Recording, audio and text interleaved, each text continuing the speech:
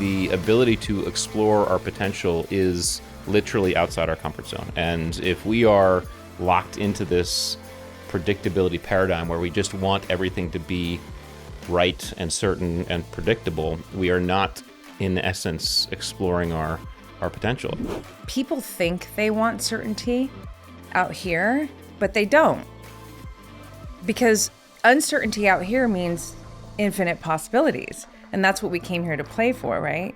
What I believe they really want, what we all want, is certainty in ourselves, to navigate uncertainty. The first thing we have to understand about anxiety is in fact fiction, because anxiety is all future. It's all ahead of us. It's all stuff that hasn't happened yet. And while the past is history, the future is fiction. And so now the result of anxiety, the stress that's induced from anxiety, that's very present, that's very real. But the first thing we have to understand is we have to reframe anxiety. It's all fiction. How do I know who the fuck I am unless I'm testing myself, putting myself in challenging situations? The quality of your life is directly proportional to the quality of your questions you ask on a daily basis. So in other words, if you ask better questions, you get better answers, you go a better direction. Real talk, real wisdom. All heart, all in. This is The Roxanne Show. Rich Diviney, round two. Round two. It's great to be here. What's your favorite Metallica album? Oh, great question. My favorite, number one, is And Justice for All, with the close second of Master of Puppets. Nice. And then after that, it's Kill 'Em All, Black Album and Ride the Lightning are probably even. And then their newer stuff I do like, but it's just I'm really big on the chugga chugga thrash, like, precision violence, I call it. Ooh, I love that. And they, after the Black Album, they've done a little bit more of it now as they've gotten older. But the best stuff was those first five or first four, and then. They're coming out again. I know, yeah. He's like, I know. Rox, I know. We could talk a whole hour and a half on Metallica if you want. It's so funny. I'm guesting on a podcast next week, and the woman's so nice. It's about an hour away, and she goes, I can send you a car. And I'm like, it's nice to have a car. I'm like, well, to be honest, I need to control the music. Yes, that's right. It's important. It really is. No, I'm so stoked to have you back. Really honored to have you back. I mean, your first book, The Attributes, hit me hard. It was immediate for me. I think I was, when it first came out, I was one of the first. I'd like to think that. You were an early adopter. You sure? I was, yeah. And it's a book that I keep coming back to. And now, Masters of Uncertainty, another fucking home run. Truly, I think your work is so important for so many reasons. It's very closely knit to a lot of my work, the things I talk about. I mean, uncertainty is always a big part of the conversation with me. So I'm excited to really unpack that with you. I want to start with a quote of yours and have you elaborate. Okay. Most people fall short of realizing their potential primarily because our culture promotes a misleading belief that life is predictable. And you even have something called predictability paradigm. Yes. Yeah. Well, yeah. So the elaboration on that is the fact that it is my true belief, and I think most of us, to include you, can agree with this, that our potential is always outside our comfort zone. And so if we want to even and by the way, we never reach our potential. There's exploring our potential, because you reach it, and then, or you reach whatever you think the next step is, and there's always a next step. But the ability to explore our potential is literally outside our comfort zone. And if we are locked into this predictability paradigm where we just want everything to be right and certain and predictable, we are not, in essence, exploring our potential. And again, that's the key to us as human beings. All of our discovery, all of our learning, all of our exploration, it's the reason why we've gone from cave dweller to space explorer, because we have this inside of us. And so we just get, again, the brain does like certainty, so we get kind of comfortable and wrapped in it. And so I think it inhibits us if we're not careful. Yeah, I really live by this idea that people think they want certainty out here, but they don't. Yeah. Because uncertainty out here means infinite possibilities. And that's what we came here to play for, right? Yeah. What I believe they really want, what we all want, is certainty in ourselves. Yeah. To navigate uncertainty. Yeah. And between the attributes and Masters of Uncertainty, you've done an incredible job at breaking this down, frameworks. I mean, I think about you as retired former Navy SEAL commander. How long has it been since? Gosh, what's it? 7 years now. 7 years. Because they're out in 17. Is that right? Yes. I know, doing the math. I'm asking you the no, math 8 right years, now. because it's 8 years. 8 years. 25. 25. Yeah. So. One thing that I've picked up with you, and maybe this is something that runs across the board with a lot of Navy SEALs, but I feel like this is an edge with you, is that you're a deep thinker, very introspective, and you've done an incredible job of intellectualizing so much of what you learned and experienced through being a Navy SEAL. And obviously so much of that is put into these books. So when we want to talk about your book, Masters of Uncertainty, what's the first place that you want to go to? Yeah. Well, first of all, I appreciate that compliment. I've been told by my SEAL buddies that too. That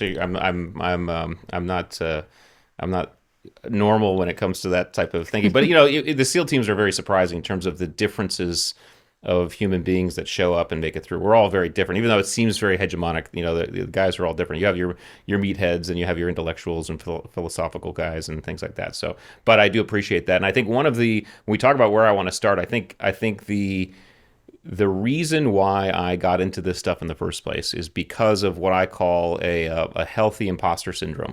And the healthy imposter syndrome started when I finished SEAL training, which is BUDS, in San Diego. And people, just for your audience, it's a 6-month course. It's about a 90%, between 85 and 90% attrition rate. And so I think my class started with about 170 or so, and we graduated like 35. Those are normal numbers. But I remember finishing and looking around and saying, how the heck am I still here? Because I looked around, the guys around me, and there's just rock stars. But it wasn't in a self-conscious or way or a negative way. It was more like, hey, I just have to make sure that I'm always at the top of my game. It pushed me. And that continued throughout my career. Every time I reached a wicket or did something new or did something extra, I would say the same. I'd look around and say the same thing, and it would just push me. But what was really interesting is, as I got to know these guys and they became my friends, I realized that they were saying the same thing. We were all kind of in awe of kind of what we were able to do, and not in an arrogant way. It was just like, man, I just did something that I didn't know I could, and it's amazing. And so the desire to deconstruct that began early in my career. Kind of, what is it about us? And as I began to think about it and research it and try to articulate it, what I recognize is, as soon as you are able to put some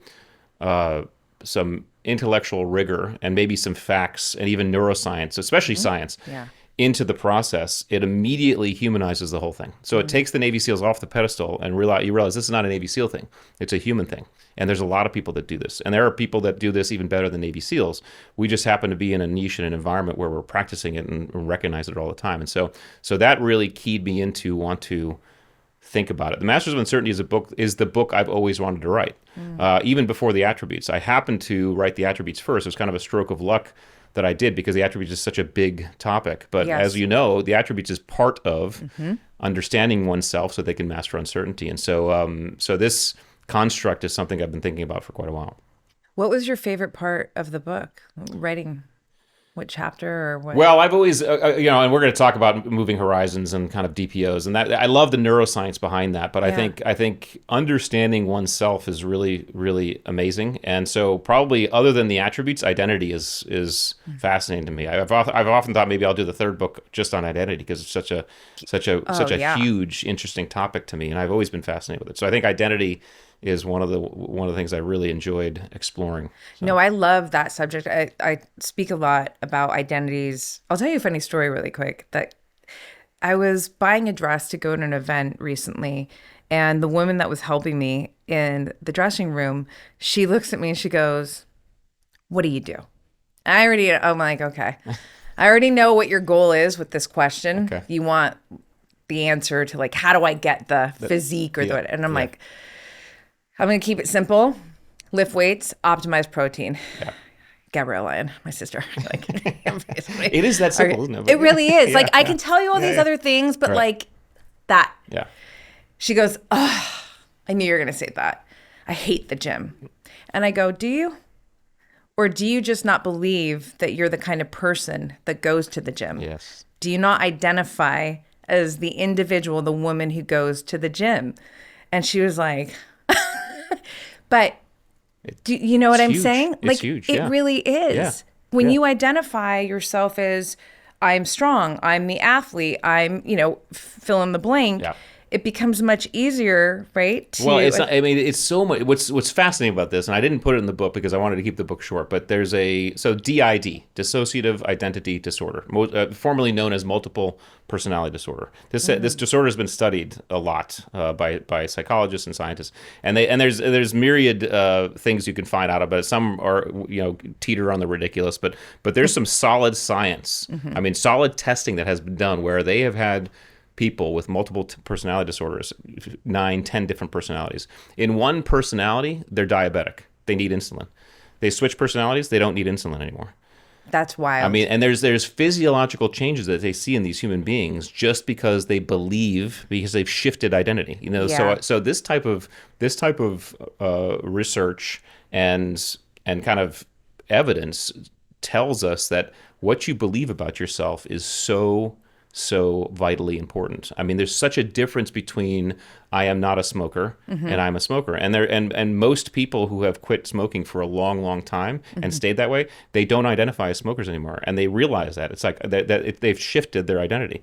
So what you told her is so powerful. And I hope she absorbed it, because if she did, all she has to do is start putting something after I am that's more positive, more powerful, Yeah. and she'll start making a change. Right, because it connects with your values, Yep. which really anchor you into like your decisions and your behaviors, right? Yeah. I mean, Yeah. just to get into, since we're going to talk about it anyway, the fact is we're a collection of I ams, and every I am, and some are benign, some are powerful, but every single one. So it could be, I went to this high school, I played this sport, I'm a Purdue graduate, I'm a Navy SEAL, I'm a husband, I'm a father. Yep. Now I'm a Metallica fan. Now, Yeah. now whatever identity, whatever you put after those two words, it comes with rules and conditions and behaviors that define how you are in that identity. And oftentimes we are following these unconsciously, sometimes very consciously, but but as a Purdue friend, as a Purdue graduate, I'm supposed to hate Notre Dame. I mean, that's part of the identity, right? So now whether you do or not is one thing, but it's Sure. part of the thing. Yes. And what we don't recognize is that when we are in any facet of behavior, but certainly during uncertainty, challenge, and stress, we will behave towards whatever identity we're prioritizing the most in that moment. And so obviously, for example, I was always, for me, Navy SEAL is a very powerful identity. For all of us, it is. But husband and father was just as powerful, if not more powerful. So for me, I always tried to husband and father was always above Navy SEAL. Yeah. Now, sometimes the Navy was like, nope, Navy SEALs first, right? So that's why we deployed. But Yeah. And I would say overseas, when you're over Yes. in combat, Navy SEAL is the priority identity. Right. Sometimes, however, the target would change, and I'd have to put forth husband and father. Maybe we'd have to take care of civilians or whatever, and you have to put that one forward. But the idea is you will behave towards those rules, and if we're not cognizant of that, we can find ourselves behaving in ways that we don't otherwise understand. We've all heard the story of the sports fanatic who beats up the other fan, who beats the crap out of the other fan, and then standing in front of the judge, and the judge is like, "What were you thinking?" It's like I wasn't thinking. I didn't know what was. It's because that person was behaving towards an identity in that moment, and they weren't consciously aware of that. I'm sure that same person had other identities. Businessman, family man. If that person in that moment had put forth a businessman, I'm a professional businessman identity, Yeah. probably wouldn't have gotten that fight, right? He probably wouldn't have done what he did. 1000%. So I think just the cognizance of these roles Yes. and these behaviors comes with it some real understanding, and then we can shed the ones that aren't meaningful. Yeah. And we can create new ones. Navy SEAL, obviously a very powerful identity. When you stop being a Navy SEAL, you are no longer a Navy SEAL. It's not like the Marine Corps. They do a great job. Marine Corps does a great job of once a Marine, always a Marine. And you can find 90-year-old guys who are like still call themselves gunny sergeant and still refer to them. And it's beautiful. It really is. The Marine Corps has done a great job in promoting that. Navy SEALs are not the same way. I mean, our philosophy is, earn your trident every day. And as soon as you take off that trident, you're no longer a Navy SEAL. And that's fine with most of us. Yeah. We're former Navy SEAls. Yes. But when you shed that identity, if you don't have other identities to fall back on. I had the husband and father. A lot of my friends who stayed healthy during transition had other identities. Then you're going to find yourself in an enormous vacuum and So in true. trouble. So we just have to understand the power of this stuff because it really matters when it comes to our own behavior. I want to share this with you. A lot of women have taken to this deeply when I've shared this, and it really connects with the identity and I am, but it's a different take on it. Mm-hmm. So I've created a relationship with my future self. Oh, yeah. So check this out. This is years of meditation, dropping in and seeing future Roxanne. Yeah. And I always would see her in this master bathroom of mine in the mirror. Yeah. So she actually has a name, the woman in the mirror. Oh, wow. Okay. And this is why, especially the attributes, like why I was immediately so drawn to the book. Because when I look at this woman, it's not, oh, look at her hair. Yes, I see the details, her physical self. I can see the material accomplishments. But what I really focused and honed in on was her character, her attributes. Yeah. A couple of very important qualities in her. She's decisive. Yeah. She's stoic. Eye of the storm, blue of the flame. It's like we don't want to avoid chaos. We want to be the center of chaos, right? Yeah. Like, Yeah. and she is that, right? So she's wise. She's warm. I got so connected with her over the years that, and I'll pull it into today because this will move us into other parts of the book that I want to have you unpack. But this morning I woke up and I'm like minutes away from starting my cycle. I felt my immune system like almost wanting to, and I'm like, oh, hell no. Like, oh, no, no, no, no. I'm on a podcast like tour right now. I've got so much, as a full on week and I'm excited to be, and I'm like, fuck no. So what do? I go into the woman in the mirror. I know how she functions under stress. Yeah. I know it so clearly because I've connected with her so deeply. And every time there's a stressful opportunity, I think about her. How does she move in this moment? Yeah. And it immediately grounds me and pulls me in too. And then this thought of how I need to move through today was just get yourself ready and then get out the door. Yeah. Then get to, the location step step. And where I'm going with this. Yeah. And so it's this idea that you share that I love moving horizons. Yes. Right. Yeah.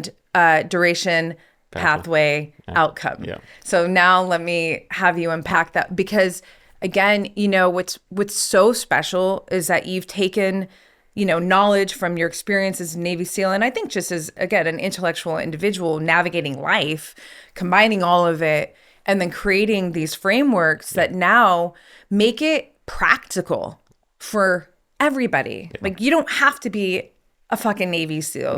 This is not a gender thing. This is just for every individual who wants to meet their greatest potential, and then again and again and again, and navigate uncertainty with a deep sense of trust and self-leadership. Yes. And confidence, I would say. Absolutely. Yeah. Oh, I can't wait to pick on that one with you. Yeah. Well, so first of all, let me acknowledge you because what you just described is truly beautiful in the way that someone can, in fact, manifest a new behavior, because that future self is actually it's actually your present self. You've pulled it in, but the hack you used, and that hack is a weird term, but is you imagine that future self, got all that stuff settled, and then you said, okay, I'm pull it into the present, which is absolutely the way to do it. So just that's Thank awesome. You so much. Yeah. Thank you. So uncertainty. Let's talk about it. So here's what I recognize about uncertainty. And so when I got out of the Navy, actually it was right as I was getting out of the Navy, I linked up with Andrew Huberman. He and I met each other at this conference thing. We became fast friends because he had a fear lab that he was working on in Stanford, and he was interested in how Navy SEALs work through that. And so we began collaborating on a lot of this, which is why he wrote the foreword. He and I did a lot of this work together. And one of the things we hypothesized, which I think is true, which we both believe is true, is that fear is a combination of two factors. It's a combination of uncertainty plus anxiety. The idea is you can have one and not the other, and you don't necessarily have fear. You can be anxious but not uncertain. That might be I have a podcast to do, or I have a presentation to give next week. I know the people, I know the material. I'm not really there's no uncertainty there. I'm just a little anxious about it. There's no fear. You can be uncertain without being anxious. Well, that's every kid on Christmas Eve, right? Mm-hmm. There's no fear there. It's when you combine the two that you get fear. And this is the type of uncertainty we're talking about, the uncertainty plus anxiety that equals fear, because fear is in fact what inhibits us from often doing what we want to do. And so the idea is we have to buy down that fear. We have to mitigate that fear. And the way we do that is by buying down one or both of those two factors. You buy down uncertainty or you buy down anxiety, oftentimes both. So we can talk about buying down anxiety. We can save that. We can kind of put that on the shelf because that's really management of your autonomic arousal. And we can talk about that here later. But buying down uncertainty is a very codified technique. And the good thing is the reason why this is human is because all of us do this. So the way this works is when we are in an environment, our brains are looking for certainty. Our brains love certainty. Okay, so they're always looking for a definition. How do I define this environment? And they're doing that. Our brains are doing that kind of along three primary factors. Those factors are duration, how long this is going to last; pathway, what's my route in, out, or through; and then outcome, what's the end state here. If we are in absence of one or more of those, we find uncertainty kind of bubbling up and anxiety with it, and of course, stress and all that nonsense and fear. Yeah. Let's give an example of illness. Okay, strep throat is an illness that we all know. We all know that there's a cure for strep throat. There's an antibiotic you can take for strep throat. So if we get strep throat, we are only in absence of one of the three because we have the pathway, we have the antibiotic, and we have the outcome. We're going to get better. What we don't have is duration because you may respond to antibiotics a little bit different than I do. So it might take you a day or two longer than it takes me. Yeah. So we're in absence of one. Our uncertainty level is mild. Now let's take the flu. The flu is also a known illness. We know now most people, fortunately, don't die from the flu. However, there's no known cure for the flu. There's nothing you can take that cures the flu. There's a lot of people who have ideas about it, but there's nothing codified, right? So if we get the flu, we are now in absence of two things. We're in absence of pathway. We don't know really what to do, and we're in absence of duration. We don't know how long it's going to be, but we know the outcome. We're going to get better. So our anxiety level is kind of moderate. Now let's imagine a disease shows up and no one's ever seen it before. There's no cure or vaccine. Some people are dying, some people are not dying, and we don't know how long it's going to spread across the planet. Enter 2020, right? Right, totally. And in 2020, we were all in absence of all three. We're in absence of duration, pathway, and outcome. And that's when our anxiety level, our uncertainty level is at its max. So the idea behind gaining control and gaining certainty is simply this technique that we call moving horizons. Moving horizons is simply, I'm going to, in a moment of uncertainty, I'm going to ask myself, what do I know and what can I control? Yeah. And I'm going to pick something to focus on and move towards it. And in essence, create your own duration, pathway, outcome. So the example I give often is SEAL training. In SEAL training, you spend hundreds of hours running around with big, heavy boats on your head, especially during Hell Week. And I remember it was during Hell Week. It was like 3 a.m. We'd been running with these boats, for hours. All of us were miserable. We were on the beach, and we were next to the sand berm. And I remember saying to myself, you know what? I'm just going to focus on getting to the end of this sand berm. And what I did in that moment, inadvertently, was I picked a horizon and in essence created a DPO, a duration from now until end of sand berm, a pathway from here to end of sand berm, and an outcome end of sand berm. By doing that, I manipulated my own dopamine system. Now, we all know that dopamine is, well, we've all heard of it for years as a reward chemical. It's actually, in fact, a motivation chemical. Dopamine is what gets us up in the morning. And if we don't have it, we're not even moving. They've done this experiment in labs with rats where if they remove dopamine, the rats don't even move. They don't even get up to get food. Wow. And so by picking a horizon, we're actually initiating a dopamine hit that gets us along the pathway, gets us moving along the pathway. And then it's also giving us a reward at the end because we have an objective. The idea is all of this can be done over and over and over again by any human being. It's the neurological equivalent of eating the elephant one bite at a time. The idea, though, is that every one of our horizons is very subjective to the individual and subjective to the intensity of the environment. Sure. So in other words, the more intense the environment, often the shorter the DPO.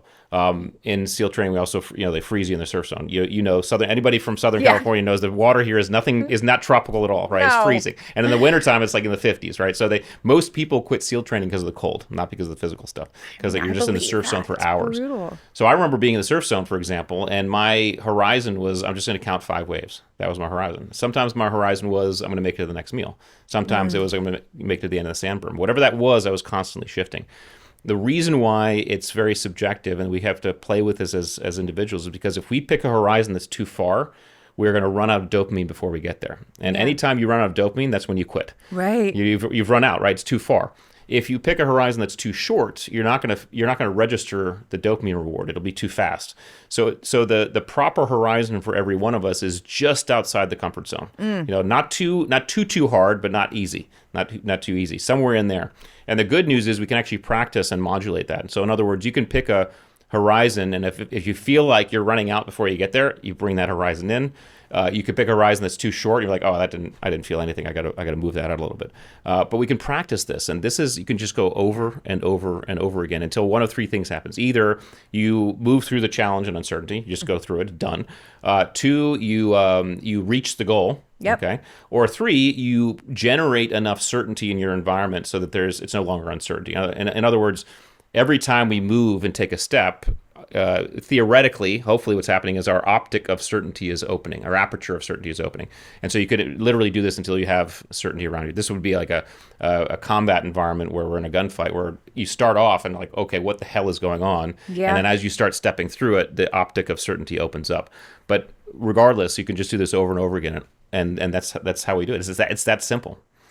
Well, I love simple, not easy. That's right. Yeah. I always say that because simple isn't easy, Yeah. but simple, it is simple. I think what's so cool too is that, yes, we're talking about navigating uncertainty.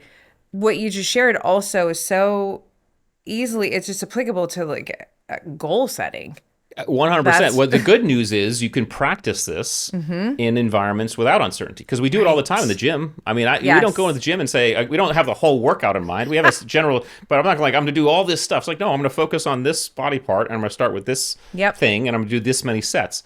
So we do it all the time, and you can practice it at work, you can practice it at home, you can practice it in traffic, you can practice it when you are not in uncertainty, because what the masters do, what we found ourselves doing, is we do this without thinking. As soon as the environment descends into chaos, we immediately ground ourselves and ask ourselves, what do I know? What can I control? And I didn't know this really. It didn't hit me until, my wife and I have been married for 24 years now, and yeah, it's great. And we've lived in the same house for 22 years, I think, in Virginia. Yeah. And so in our neighborhood, across the street, there's a Navy SEAL. Down the road to the right, there's a Navy SEAL, and down the road to the left, there was a Navy SEAL. It moved out recently, but there used to be 3 of us. Three extra SEAls. It's a safe neighborhood right there. Well, interesting enough, my wife, I remember her saying, I'm so glad these guys are in the neighborhood. And I was like, why? She said, because if something happened and I needed someone, I could go to any one of them and they'd act like you act. And I was like, what do you mean by that? It's like, as soon as the shit hits the fan, all you guys just calm down and you start working the problem. You just go step by step. It's just like, and this is what we do. We really do. And you can begin to mitigate that uncertainty, take it away by just working what you need to work in the moment. Well, when you were a Navy SEAL, did this just okay, this is going to be a little bit, I can't wait. We recorded in 2021. It is currently 2025. I'm pulling into the attributes here for a moment, because one of my favorite pieces that you shared in that book that really stuck with me was dormant attributes. Yeah. That's not talked about. And so I'll connect the dots here. And dormant attribute is basically, you don't know you have that attribute or to the degree of that attribute until the stimulus happens and you're in the situation. You've never been tested, yeah. You haven't been tested, right? And I love that so much. When you were a Navy SEAL, what you're sharing, maybe you didn't intellectualize it obviously yet. This is after. Did this just come natural to you? Great question. So the answer is yes. And the reason why I say yes is because you cannot make it through even a day of SEAL training unless you have some sort of predisposition to be able to do this. Yeah. And then the guys who make it, especially through Hell Week, I guess most guys, there's a lot of guys who can actually make it at least till Hell Week. Mm-hmm. But in fact, my class, I think if I remember, we were a Nobel class going into Hell Week. In other words, no one quit in our class until we went to Hell Week, and then everybody quit. But certainly by the time you get to Hell Week, if you don't have some sort of predisposition, whether it be attributes, whether it be something that happened in your life that you learn this, you're not going to make it through. Now, I will say this though: the level of compartmentalization, because really the attribute attached to this is compartmentalization. That's what it is, to a certain degree, right? But your levels of compartmentalization, your ability to move horizons in the SEAL world is extreme.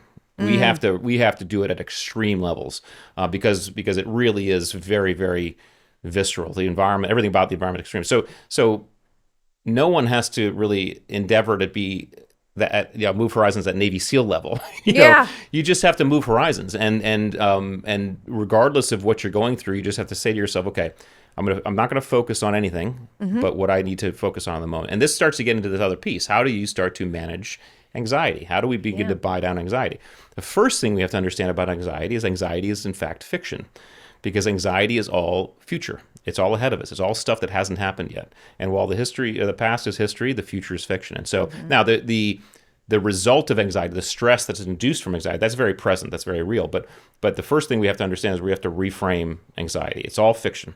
And one of the things you'll never see Navy SEALs do is worry about shit they can't control, right? Right. Control the controllables. Control right? the controls. Now, that does not preclude proper planning. We still plan, but we don't suffer from paralysis through analysis.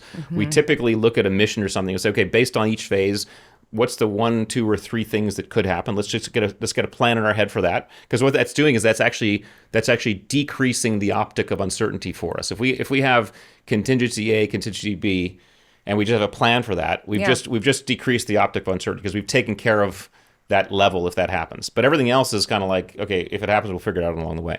So it doesn't preclude proper planning, but we don't worry about stuff that's ahead of us because it's not, all it'll do is be very energetically expensive. I was talking to a buddy.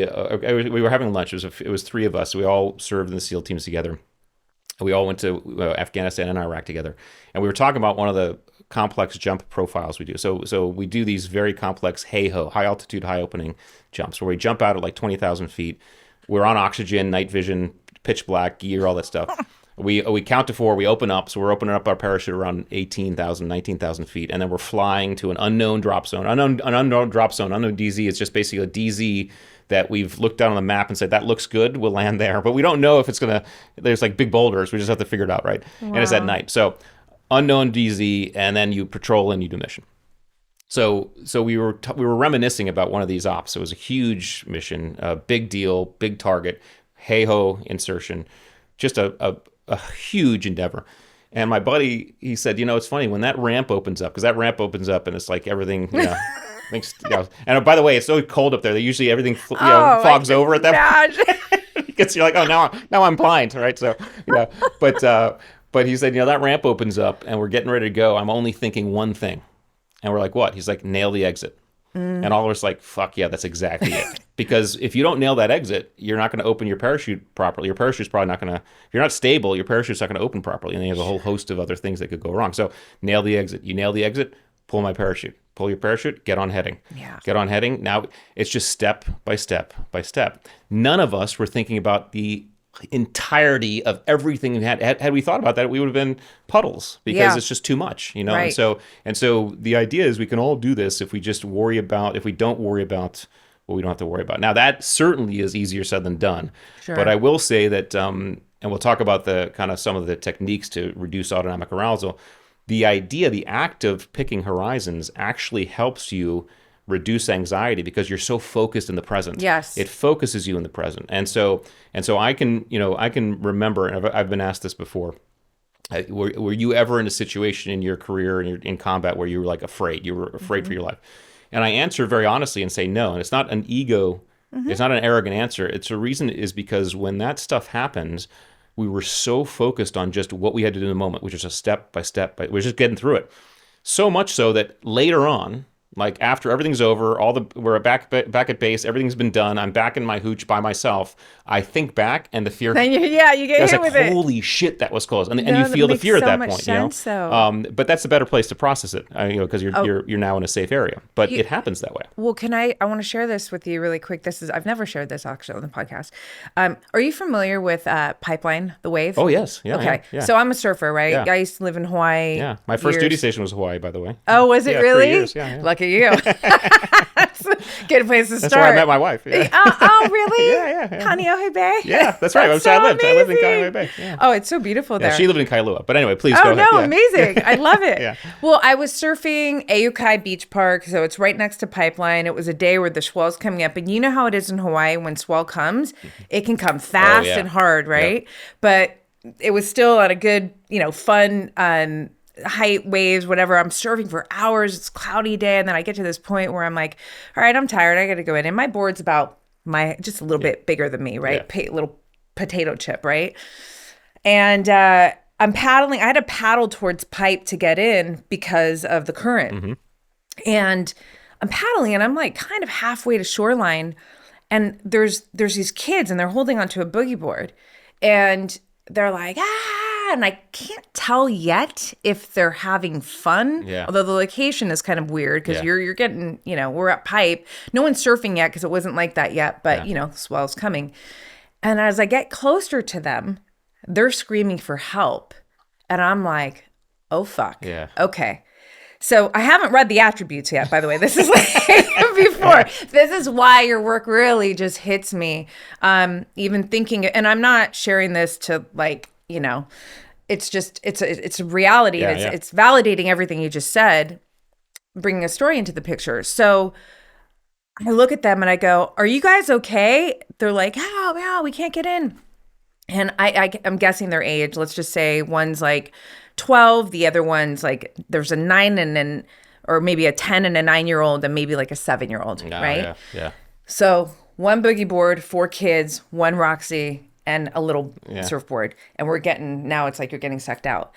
When you say you weren't afraid, I actually understand this deeply. I go back to that moment because what happened to me, and this is like dormant attributes too, right? I immediately went into, okay, what do I got to do right now? What's the first thing? Yeah. First order of business to me was I got to get at least 2 of them in. Yeah. I took the middle-aged kids. I put them on my board. I said, you guys got to hold on to each other and you got to hold this board, okay? And I kind of, it was like this. I can't lose any of them, right? That's my thing. And I don't have time. I'm not thinking about like, oh, fuck, the waves or where's the fucking lifeguards or anything like that. It's just like narrow vision, right? What's the first horizon? What's the first horizon? And then it's amazing how fast I was able to think about this in this moment. In the ocean, I don't need to tell a Navy SEAL. It's a beast. It's a different universe. I mean, everybody says. I mean, the environment. Even the best surfer in the world will say, if you turn your back on the ocean, it will kill you. Yeah. The rule is you never turn your back on the ocean. That's right. So I said, okay. I put them on. They're like crying, and then I take the oldest and the youngest, and I have her hover over, and I said, this is what we're gonna do. When the wave comes, I'm going to push you, and you have to kick. And you can't stop kicking until you get to shore. It's like your one shot, girl. We're going right now, Because then I got to deal with these 2, right? Fortunately, that worked. Wave was coming, was able to push, and she kicked, and they get to shore. Yeah. Now I'm with these 2 other kids on my surfboard. Yeah. And one of the kids, I'll never forget this. He goes, are we going to die? Oh, wow. Yeah. And I'm like, we're not going to die. We're not going to die. I just need you to hold on because I can see waves are starting to come. And I'm like, fuck, man, don't, I can't lose one of you. And so I just calmly said to them, I said, we're not going to die. Somebody's going to come. You just got to hold on. The waves are coming. So to end this story, my calmness helped them. Yes. And we got there was like 1 to 2 waves. Again, it's not 10-foot pipe yet, great, thankfully. But the waves were coming. We managed, and then lifeguard came out, got them, and then I was so fucking tired. I think the adrenaline dump hit me too, and I had been surfing for hours that I was paddling and I had a hard time getting in. There was another bodyboarder who paddled over and he saw me and he's like, here, grab onto my ankle. And he pulled me a bit because it was like, lifeguards were like, peace. I'm like, yo, I get to shore. Thanks for doing our job for us. You know what I mean? I get to shore and like the lifeguards didn't even say anything. Yeah. But the kids were like she saved us. But again, like, so when I was reading the attributes and even Masters of Uncertainty, I'm analyzing myself. I look back at that moment and I go, wow, like you don't know who you are. Yeah. And I love putting myself in position, not like that necessarily, but like in the gym or in controlled environments. Yep. How do I know who the fuck I am? Yeah. Unless I'm testing myself, putting myself in challenging situations, like saying yes to the TEDx talk. Yes. Fuck. Well, so let me first of all, such a wonderful story to articulate what's going on here, because again, this is ubiquitous human behavior. We all have this ability. Now, what I want to compliment you on is also your ability to manage your anxiety, because there are people who, and part of that is because you've dipped your toe in anxiety. You're practiced in doing things that make you anxious, and we'll talk about that. But the ability to manage, there are people who just panic and they can't, and they cannot even start to set horizons because they're just panicking too much. So your ability to, in fact, move through that is commendable. Now let's talk about courage, because I think courage as an attribute is very important. Courage is not the absence of fear. Courage is, in fact, the ability to step into our fear. And so when we start feeling fear, whatever that is, usually uncertainty plus anxiety, our autonomic arousal starts to go up. Yep. We start to feel the physiological effects of that. But one of the things that happens, that's probably the most important thing, is that our frontal lobe, our decision-making part of our brain, begins to recede. It begins to move back, and our limbic brain, the emotional center part of our brain, begins to move forward. Now, in the extremes, this is called autonomic overload or amygdala hijack, okay, where our frontal lobe, the decision-making part of our brain, has moved entirely back, and our limbic brain is in the fore, and we are acting without thinking. Now, this comes in very handy for jumping out of the way of a moving train or running from the bear. But in 99% of things, it doesn't come in handy because we want to actually put logical decision-making into our process, like you are.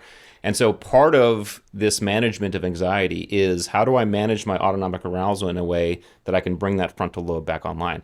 But all this to say, when we feel that amygdala get tickled and that response, our brain has two switches. One switch is freeze, and one switch is fight. Yeah. Now when we hit, and they're actually two separate switches in the brain.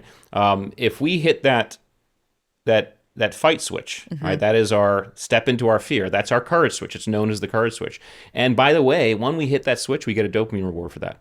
Oh, do we? We do. Oh, so, but this is exactly why we've gone from cave dweller to space explorer. It's exactly why it felt so good, and it feels so good every time we do something. And we conquer our fear, or we move into our fear. It feels great because we've just given ourselves a reward for it. This type of behavior can be practiced. It can be rehearsed, which is something you do, which is and have done, and allowed you to be the way you were in the water that day. Because if you practice stepping into your fear, and the good news is, all the audience, they need to understand, you don't have to do extreme stuff to practice this stuff. Right. You don't have to go immediately go skydiving or go surfing pipeline. No. Starting the conversation with a stranger. Yes. Picking, volunteering to give a presentation at work. I mean, doing something that puts you outside your comfort zone, and then practicing that. There's a couple things that are happening there. You're practicing your fear switch, or at least you're practicing your courage switch. You're also actually growing a part of your brain. The anterior mid-cingulate cortex is a part of the brain that the neuroscientists found, recently.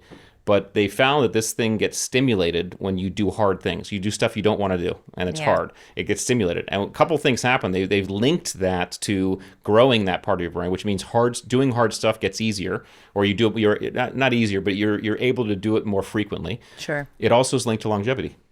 That's so badass. Which is really badass, yeah, that's amazing. And so what this is telling us, again, human beings were designed to test ourselves, to push ourselves. And the more we do it, even in inert environments, the better off we'll be in those environments that we find ourselves, holy shit, what do I do? And then you'll find yourself clicking through it. And I'm sure even when you sometimes think back at that, you're like, holy shit, that was dangerous, right? You probably, and maybe you felt the stress of it before too. I mean, but it's natural because you're putting that stress and fear aside in the moment because you're engaging your system. Well, can I tell you, and this is like looping the whole thing together.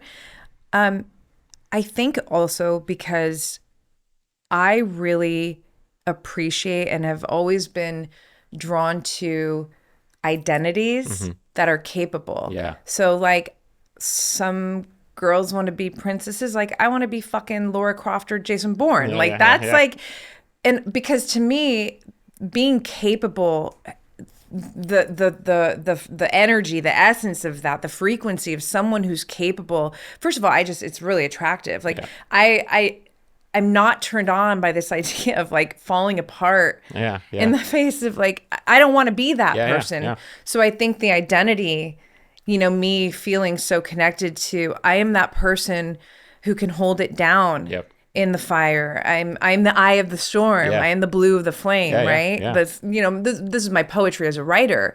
But all of that is to go back into this identity of an individual who can navigate uncertainty, high pressured situations, such to that they can manage their autonomic nervous system and, basically follow everything in your book. Well, and set the conditions and follow the rules of that identity. I mean, and again, I think the highlight of the differences in identities is powerful because we can, as human beings, again, we can embody different identities at different times. Sometimes the identity we need to embody, even as a man. As a man, part of my identity is I want to be a protector. I want to be a guardian. Right. I've been married to my wife 24 years. Sometimes my identity is I just need to be heard and held, right? I mean, because I just need her. She needs to mother me a little bit, right? Yes. We talk about this all the time. And so every one of us, male or female, we have these different identities. And sometimes they feel polar opposites, but that's actually balanced, And so now I will say that that as humans, we will trend towards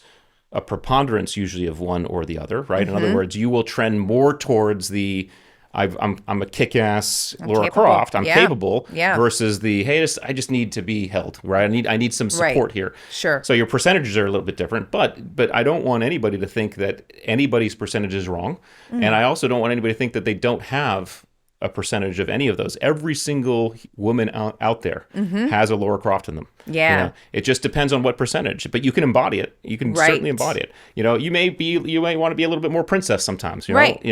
But that's it. Every single man has a little bit of, boy in him. Just I want to be mothered. I want to be taken care of, Totally. What are those percentages? And so Kristen and I talk about this all the time in terms of what men and women show up with percentage-wise. And we think it's fascinating because we all have these different identities we step into. And I think if you find the right partner, you find a partner who you mesh that with and they can support you in those. Yeah. Yes, absolutely. So when Kristen wants to be, for us, we say this is nascent in its idea, but the three identities for women are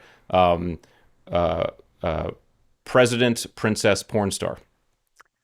I love this. And so depending on the moment, you want to be president, you want to be the Laura Croft, you want to be in charge, you want to have agency. Sometimes you want to be the princess, you just want to be doubted upon. Sometimes you be porn stars, like take me and I'm the erotic. Exactly. Erotic. Yep. For men, it's man, boy, teen. Man, boy, teen. Man, boy, teen. Teen. So the man is I want to be guardian, I'm the protector, I'm the man. Boy is I need to be mothered, just take care of me. And then teen is I want to hang with the boys. I want to be with the boys. I want to just ride my bike, ride my bike, take action, whatever that is. And the percentages, that's so good. And so where you fall, and if you have the right partner, you find you can actually map that and match that, and it begins to balance in a really meaningful way.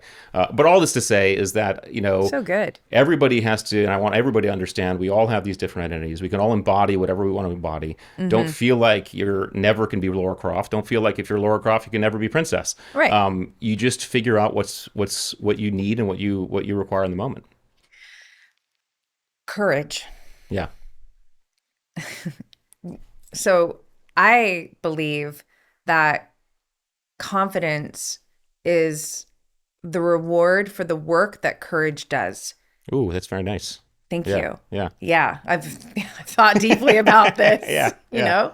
And because confidence always gets the highlight reel. Everyone wants more confidence, but you don't get the confidence until you make the move. Yes. And the move comes from the courage. Yes. Yeah, so I 100% agree. I won't even. What I'll do is I'll amplify it a little bit because there's a lot of I think in any endeavor, faith and belief that has to happen. And so the way I define it is faith is belief without evidence, and confidence is belief with evidence. And I think oftentimes when you're embarking upon a goal, or to even set an audacious goal, takes some faith, takes some belief. I've never done this before, but I know I can. And as you start to march down the pathway, you begin to build that confidence, and so that confidence is, I know I can do this. And I define confidence in the same way. I would just in the uncertainty genre, I would say true confidence is this ability to know that when the shit hits the fan or whatever happens, I'm going to see my way through. I will figure it out. Right. That is true confidence, and I think that's why. I don't know. Certainly, Navy SEALs can finish a career and go do anything. I mean, you have Navy SEALs who are finance people who start businesses. A buddy of mine bought a bar. He's running a restaurant. Another buddy of mine runs an ice cream shop. He makes his own ice cream.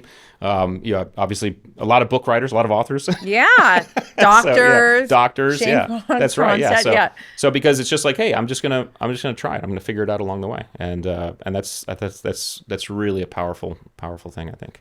I really believe that an individual's spirit and courage, heart, this is all tied into one thing. Yeah. Right? Because I believe that, it's funny, I got into this with my mom the other day because she's like, the mind. I'm like, listen, I'm mindset queen all day long. Like strong mind, strong everything. But when I watch, for example, one of my favorite archetypes, but also real life, sort of life heroes, is Rocky. Yeah. It wasn't Rocky's mind that got him up. Yeah. When Mickey was like, get up, you son of a bitch. Yeah. That's a heart activation. That's the spirit and the courage of like, I got to get up and go another round, right?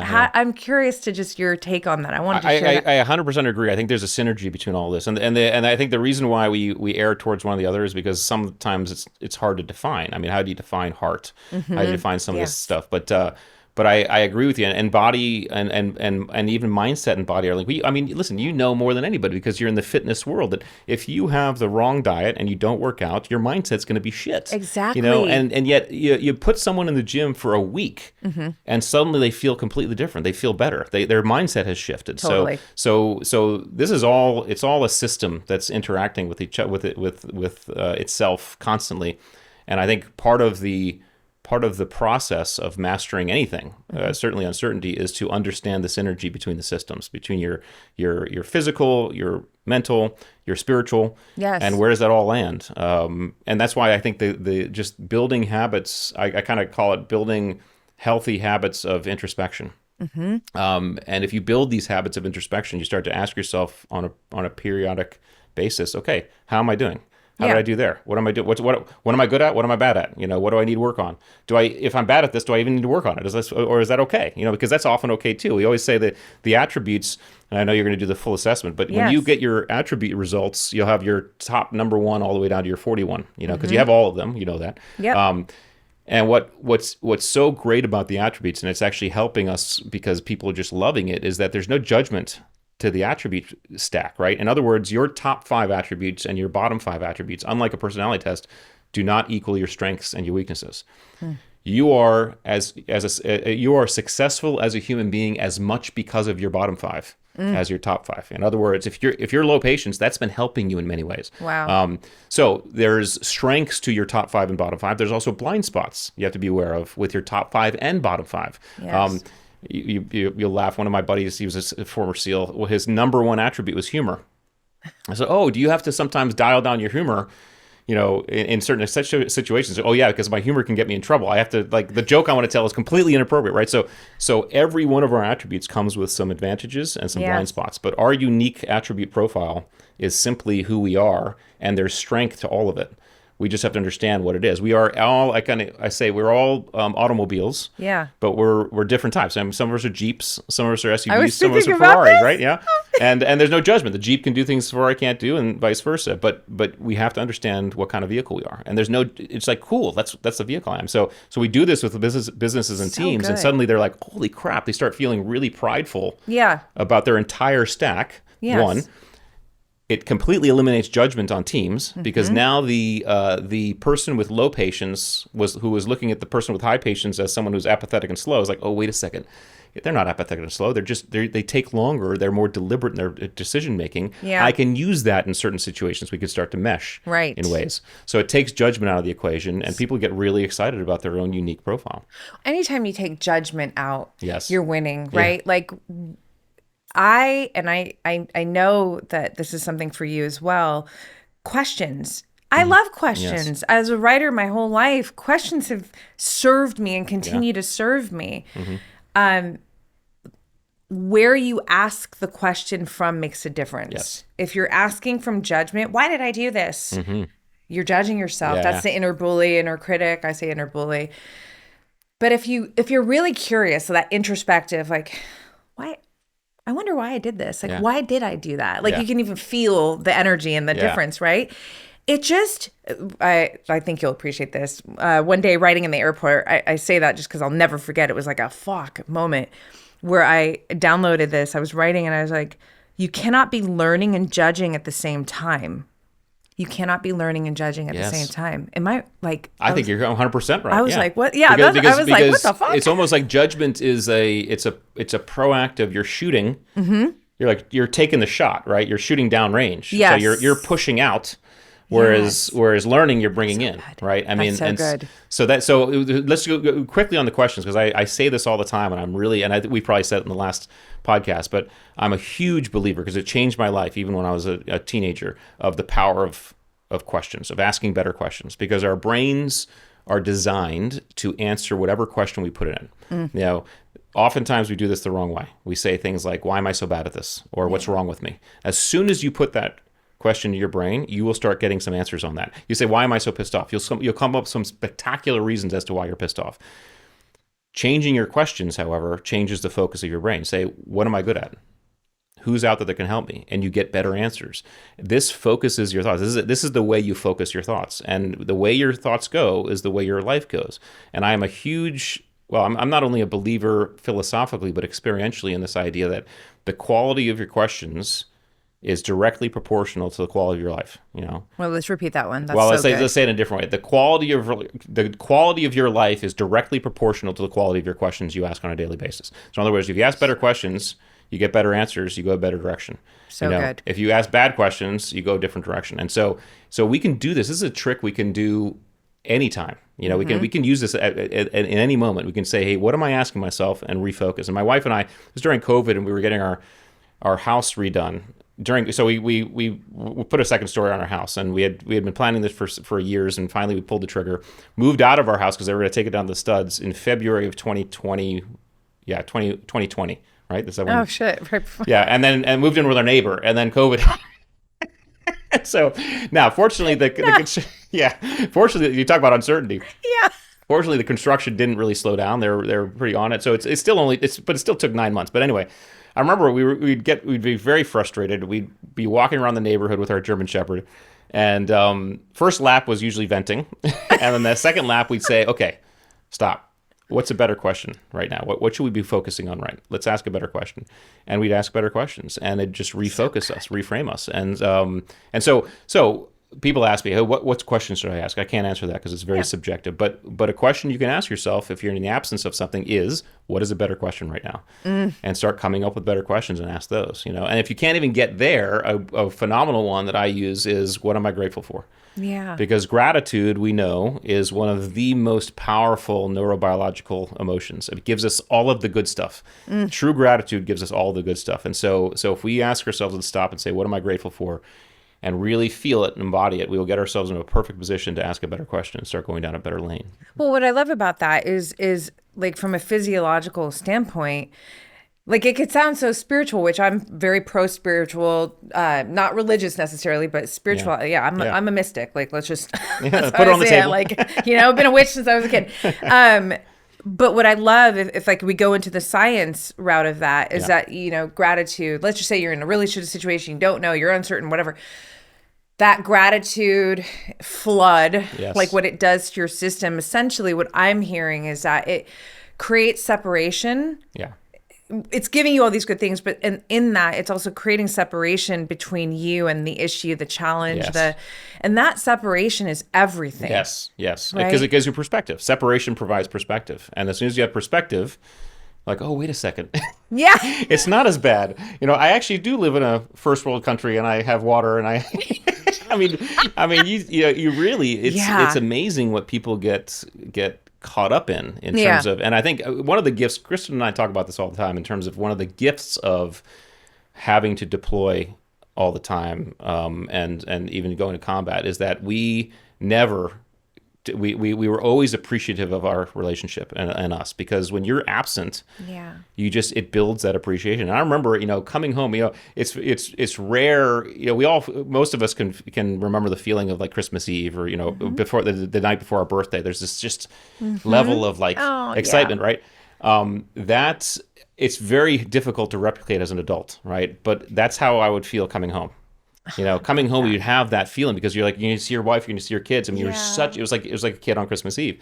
And you develop that perspective because the alternative is so horrible, and there are people who don't come home, and so the ability to ground yourself in gratitude and gain perspective, gain that 50,000 foot. It's also, by the way, neurologically bring that frontal lobe back online. It's taking you out of the emotion, and into the logical decision making thinking. And so all of this is helping you bring that frontal lobe back online and actually perform. When I back up, I don't even know how many years ago now, but when I've always sort of been drawn to this love for excellence, right? Like, started out athlete, kid. And so excellence, I'm going to be an Olympian. I was a track girl, like excellence. How do I just want to kick ass in life. Like, I want to see what I got. Like, who am I? Right. And so this has always been a thing for me. What years and years ago, I came to this realization of like, well, it's going to be a good idea to understand. This is what drew me into neuroscience. Yeah. What's happening in the brain? Yeah. Because until you start thinking about it from that perspective, or downloading the information, like so much of what you're talking about, so much of what's in your book, it's just all too much, right? Yeah. So this gives you like even just thinking about anxiety and like, oh, what's happening, the limbic system, amygdala overload. I mean, understanding that intellectually, I think, is so valuable. It takes the mysticism out of it and grounds it. But the other thing it does is it allows you to cross contexts with it. And that's really the power of this, because you start to say, oh, wait a second, this means I can use it in other domains. What is excellence? So there's excellence in athletics, there's excellence in marriage, there's excellence in parenting, there's excellence in surfing, there's excellence in meditating. What are the other domains inside of which I can actually use this? You can DPO your way through anything, through any domain, and you can cross context. As soon as this is my realization when I began to think about and put neuroscience to it, and Andrew Huberman helped me a lot with this. Of course, you put neuroscience to it, and suddenly it's a human thing. It's not a Navy SEAL thing. So the Navy SEALs come off the pedestal, and we're like, wait a second, we're just regular human dudes, right? We just happen to find ourselves in a niche inside which we excelled, of course, but we're just humans, just like everybody else. And if you can get it down to the human level, then it can be translatable. You can teach it to others. You can model it, and therefore have others get the benefits. What you said when you were telling the story about the kids at Pipeline is really quite true. We know that fear is contagious. We do know, but calm is also contagious. If you and I are flying somewhere and we hit really bad turbulence, and we look over the flight attendants and they're cowering, crying, we're gonna be nervous. And I know you and I don't mind flying, right? Right. But if we see them and they're standing there having a conversation, we're fine, right? So calm is as contagious, and so everybody needs to understand that the act of even improving oneself in this stuff can help those around you, because you can bring that steadiness and chaos. This is how we bring that steadiness, and people are attracted to that. They will feel that, and they will model it, and that's really important. It's so empowering. Everything all of your work, I truly believe it's the real shit. It's so empowering. Like, look, at the end of the day, when you can understand yourself more, and then you also are, I mean, just in every, like, how to manipulate your dopamine levels, how to leverage challenge for growth. I mean, how to understand, what identities you identify with, like all the things, right? Yeah. There's so much power in this. I want to close this out with, there's no way I'm letting you leave without touching this zone, because this is really close to my heart too, and all my work, but trust and leadership. So there's a couple things in here. There's a lot in here, but we only have so much time today. So we'll have to go round 3 again. Yeah. So I believe that, so I'm thinking about, like, to trust yourself, right? Here's a quote of mine. I can trust myself because I refuse to lie to myself. Yeah. Like, refuse. Yeah. Like, I'll get the ass whooping internally. Like, I'll make myself bleed to face the truth, because to move through life and not trust yourself, that is dangerous. Yes. You're never going to taste your potential. Right. You're going to play small. That's a wrap. You'll right? never have confidence. You'll never have confidence. Yeah. So trust as a whole, like the whole self-trust, but is very important to me. But also, I have found that people can also trust me in my life because they see how honest I am with myself. I'm not lying to me, like, and especially if you're someone in my, I love you, like, you can trust that I'm gonna move towards you in a challenge or whatever, right? You talk about I say talk because I'm reading and it's you're talking. I did the Audible book, so that's I love that. Yeah, that's fair. Yeah, and I can hear your voice because I know you too. So, but I think trust is so important. Self-trust also, when we think about leadership, I mean, a big part of your work is teams, right? And so follow me. I know you can. I'm throwing a bunch of stuff in here. I know in our last conversation, we talk about being a leader, and you talk about how that's not something that you get to decide for yourself. You don't get to choose. Yeah. And it's leadership is really it's a behavior, right? Yeah. And I love that. One thing I want to add to it, and I've been thinking about this for years, Rich Diviney. Now you got me. You got me in the chair. You. I'm like, well, and so I'm giving you a lot of stuff to play with here, but I do believe that there's something that's so important when it comes to leadership. Before you can lead anybody, you have to know how to lead yourself. Self-leadership is really, right? Whatever that looks like, I would say. I would add that. Yes, whatever that looks like. And the reason is because leadership is so goddamn subjective. Even after in the attributes, I have the leadership category, and I have 5 attributes in that category. Then we expanded to 41 attributes, and we had leadership. We took it down to 3 attributes in the leadership category: accountability, authenticity, and decisiveness. And even then, as I go around the globe talking about leadership, what I recognize is even though for me, like, accountability is huge. Like I'm not going to trust somebody or say I'm going to follow somebody if they have no accountability. If they don't have, that's me. If they have no accountability. If they're not accountable. That's one of my rules. Okay. Yeah. However, However, there are people in politics right now who are considered leaders amongst leaders who have zero accountability. Right. Okay. And so again, I say this in a nonpartisan, non-judgmental way. We choose our leaders based on whatever we feel like we want to follow, whatever those attributes are. And so I could say, decisiveness. I could say authenticity. I could say empathy. Leadership is a highly subjective thing. So I think the idea of leading oneself is a good one, and I believe you on it. I think it's a solid one. It just looks different for everybody. 1,000%. Yeah. And I was excited to bring this up. This actually moved me almost literally to tears. So there's my heart, my spirit. I just resonate. There's a story in the book where it's in the trust section where Goodman, Yes, yeah, Yeah, Goodman. yeah. Good old Goodman. He was a good man though. No. He was playing a role. Well, I won't be able to explain the story in full and read the book. What the parts that really hit me was like, man, so this is someone who is giving you guys this Crazy, unreasonable yeah. task of like, Yeah. crazy. What was the task again? It was We like, had to run up the hill. Yeah, we do flights. We were basically running up a hill with a big pallet on our back, Yes. and all of our gear, and we had to do it in time that was going to be untenable. So it was really just an exercise in punishment right before we were supposed to go home. So, and everyone's like, well, yeah, I mean, basically, at that point in SEAL, there's the day before we're done, the day before we're flying home to finish SEAL training, and he pulls us all out, and he's like, "I do this," and we were all pissed off, but for some reason, I made a sound or a face that cued him into me, and he was like, "Hey, you have a problem with this, Ensign Diviney?" I said, "Yeah," and I stepped out of line. He said, "What's your problem?" I was like, "This is a stupid idea.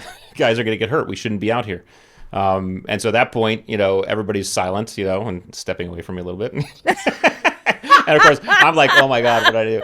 And Goodman, basically, says, "All right, well, instead, we're gonna go watch movies for the rest of the afternoon." So I'll let people read the whole story in the book, but the idea was, it was a great feeling. Everything was about that was great. I can't remember what movies we watched. What I kind of key into in the book was 17 years later when I ran into two guys from my class. I hadn't seen them, and they said, "Hey, do you remember that time?" And I hadn't thought about it. But they were like, "Remember you stood up to Goodman?" And I was like, "Yeah." And they're like, "We would trust you anytime, anywhere." And so the idea is, in the book, I talk about the 4 elements of trust, and they are competency, consistency, character, and compassion. And those 4 elements, if you have all 4, you have a long-lasting, durable, withstanding trust, right? A lot of times we focus, especially in the business world, on the first 2, consistency and competence. And we kind of stave off the other 2 or don't even focus on. Character is like, I'd say, integrity. So you have do the thing right is competence, do the thing right over time, consistency, do the right thing, character, and then do the right thing because you care about me as a human being, that's compassion. If you have all 4 of those, that's when you have the longest lasting, most durable trust. But if you only have a couple of them, if one of them breaks or one of them takes a hit, you're gonna feel it. The quick example I give usually is say you and I, we go have dinner somewhere. We have some drinks. We don't want to drive home, so we call a cab. We hop in the cab. Cab rolls up. We hop in the cab. Cab goes out of the parking lot and runs into a telephone pole. Okay, we're not hurt. We find our way home. No big deal. Okay, a few nights later, you and I are again. Right, we're having drinks. We're having dinner. We decide again we're not going to drive home. So again, we decide to call a cab. Cab rolls up. It's the same driver from the night before. Are we going to get back in the car with that driver? And the answer is no, we won't, right? Now, rewind the whole thing, and you say, okay, you and I were out having dinner, having drinks, and we don't call a cab. We call our mother, father, sister, spouse, best friend, that person. That person shows up. We hop in the car with that person. Roll out of the parking lot. That person runs into a telephone pole. Okay. A few days later, we're going to get back in the car with that person. And the answer is probably yes. Some people are like, nope, still not getting in the car. Yeah. But most of us will say yes. And the reason is because with that second person, we had all 4. We had competence, consistency, character, and compassion. With the first person, we only had the first 2. We had the consistency of the cab company and the perceived competence of the driver. As soon as competence took a hit, trust went away. So the idea is, are we doing the work? And one of the things we have to say about trust is also a behavior. Yeah. And you can't make anybody trust you. All you can do is behave in a way that allows them to make a decision to form a belief of trust about you. And then they trust you. And so all this nonsense about, hey, I'll just trust that person when they prove it to me. No. We have to go first. We go first in the behavior so that it's hopefully reciprocated. It's a generative act. I really feel that. Yeah, it has to be, because we know the leaders, the bosses who show up in the reverse, they never create a trusted environment. It's like, I'll trust you when you prove it. That's not how it works. Right. It's only the leaders that show up and they say, hey, I'm going to act this way, I'm going to behave this way, and then you trust me, and then it's reciprocal. And those are the people we follow for years. Even when they're not our leaders anymore, we consider them leaders. And that's the idea, because the behaviors of trust and the behaviors of leadership, they're awfully similar. Yeah, exactly. Really that's why I was like they're very pairing synonymous. them together. Yes, they're very synonymous. It's so good, and I'm just going to say this again. Everything we're talking about, I mean, this could be how you function in your romantic partnership, how you function in your office. I mean, so much of this I'm an entrepreneur. So there's so much of this that I'm just every day, how I'm navigating my life, my business, my growth, And then, of course, there's just you. Yeah. And so that's why, again, there's so much power in all of this, because it's your whole life and in so many different areas of your life. All of this, the work that you share is just so valuable. This is true empowerment. Yes. And I want to just say, because I think when you say trust yourself, lead yourself, I think it's super important. And my thought on it, let me know if you agree or disagree, is that it's actually the way you trust yourself, the way you lead yourself, is you introspect. Mm-hmm. You test yourself. You you ask yourself questions. You don't let yourself off the hook, but you're constantly curious about your own performance, and you don't shy away from the failure, and you don't kick yourself in the ass too hard, but you learn. And the more introspective you are on a consistent basis, the more you are leading yourself and trusting yourself. And that's all you have to do. Again, and you're living simple, with not mastery. Easy. Yes. Yes. Yeah. And you can actually taste your potential. Yeah. And this is actually how we create a life of a really meaningful life, a life where you're thriving, not just here on paper material, but like you actually like who you fucking are. Yes. Like that's, to me, that's success. Well, look at this. Foremost. Just take you and I as examples. Okay. Mm-hmm. You're someone who put yourself out there, has for years. You've done all this. You've accomplished all this stuff. You started this podcast. Okay. I'm someone who did stuff in the Navy. I decided to write a book. I started a business, all that stuff. Guess what it did? It brought us together. Yeah. And now we're having this conversation because of what we did, because of the steps we took, because of the courage, because of the introspection, because of the self-curiosity, all of that. So you open the doors to a whole world that you can't even possibly imagine. That's what's so exciting about it. It's so true. It's so exciting. I am so grateful. And I just want to say this on record. I think you are an extraordinary human. What's so rad, I was telling my friend this on the way here, I go, it's so funny to me. There's so much humility. Oh, well, thank you. And at the same time, it's like, I don't know how you're going to take to this, but like, I'm sitting across someone who's fucking lethal. Not just because of what you're capable, what you've done with, this, that, like, it's your capacity, your resilience, your ability to just navigate, like, uncertainty in the most in life or death situations, like calmly. That makes you lethal. Yeah, well, I appreciate the compliment. I mean, I could certainly, I think lethal, because people sometimes have a negative connotation, but lethal that's a good word to me. In this totally, context, I totally agree. I mean, how lethal are we in our ability to pick a goal and accomplish it and move towards our potential? I love being lethal that way. Obviously, there's another lethality that my other profession. But I could call in an airstrike really well, but that's not what we're talking about here, right? So I appreciate that, but I want to, and there's no but. I want to add to everybody listening, everybody has this potential. Yes. You and I are just human beings. Yeah. We're just regular human beings who found ways to begin to maximize our performance. Mm-hmm. And in doing so, it didn't mean we were always doing great stuff or being great. In fact, most of the time we learned because we were fucked up, or we screwed up, or we hurt, or made a mistake, or lost trust with somebody. But the fact is, it never stalled us. We said, what can we learn? How can we grow? And we kept on going. And so I think everybody has the capacity. It's simple, not easy, yes. Yep. But by talking the way you do and putting out the stuff you do and the stuff in the book, by putting some science behind it, by humanizing it, we all have the capacity, and we can start small. We can pick short horizons and start moving through this and learning. 1,000%. Yeah. I said this before we started recording, but I have a method. I read every day. Mm-hmm. So I read on my Kindle app. Love it. Highlight notes. When I'm done with the book, I determine, does this book belong in my physical library? And Rich Diviney, I'm like so proud to say both books that made it. Both books made it. By the way, I love the size of Master. Are these signed? I got to sign them before. No, and I actually, instead of just signing, I want you to just, if there's a question that you'd like me to ponder on. Okay, I'll think about that. Yeah. Just because it would be cool to look back but obviously I'm a huge supporter, fan. Like, I just love what you're doing. And honestly, you are a true contributor. Oh, thank you. What I love is that, and this is just my language, because I know, like, energy is my first language. I know when someone's heart-centric and when there's, like, just ego or whatever. You are so heart-centric. The work that you're putting out, I really cannot say this enough. I'm going to do the full assessment of the attributes, but I think everybody needs to fucking run. And because, again, like, the more you can learn about yourself, curious, the more empowered you are, the more you can actually build a life that's meaningful where you're thriving. So in addition to the attributes and both of your books, what else would you like? Well, I'll give you a link that you can put in there. It'll take them to whatever they want, the books and the assessment. Here's what I would leave for the audience, regardless of if they read books or take assessments, and that is just listen to the podcast and practice what you hear, because this is so if you get good at this, obviously it's going to help you be better when uncertainty hits without warning.